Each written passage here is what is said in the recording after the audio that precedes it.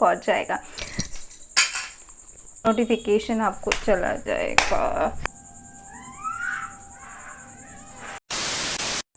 Hello my beauties, welcome or welcome back to my channel. I hope you guys are doing absolutely amazing. Durga पूजा आने वाला है और नवरात्रि भी आने वाला है, तो मैंने सोचा कि एक सीरीज़ बनाती हूँ। इस सीरीज़ में मैं 4 मेकअप लुक अपलोड करूँगी and this is the first one. ये है सप्तमी मेकअप लुक। ये मैंने ना टीनेजर जो लोग हैं, टीनेजर को ध्यान में रख के मैंने ये मेकअप लुक क्रिएट किया है। बहुत ही सिंपल है और न्यूड मेकअप लुक है। आप देख सकते हो बहुत अच्छा आउटकम आया है। I am so much happy with this makeup look. So मैं आपके साथ शेयर करूँगी ये मैंने कैसे क्रिएट किया। बहुत ही अफोर्डेबल मेकअप प्रोडक्ट से मैंने इसे क्रिएट किया है। तो टीनेजर है आप लोग, आपका जो पॉकेट मनी है उससे बचा के भी आप ये सब मेकअप प्रोडक्ट खरीद सकते हो। So yup, if you new here then please do consider subscribing my channel and please hit the bell icon which is right beside the subscribe button, and you can follow me on my social media as well. All the links are in the description box below, so please check it out. And without any further ado, let's straight jump into the video.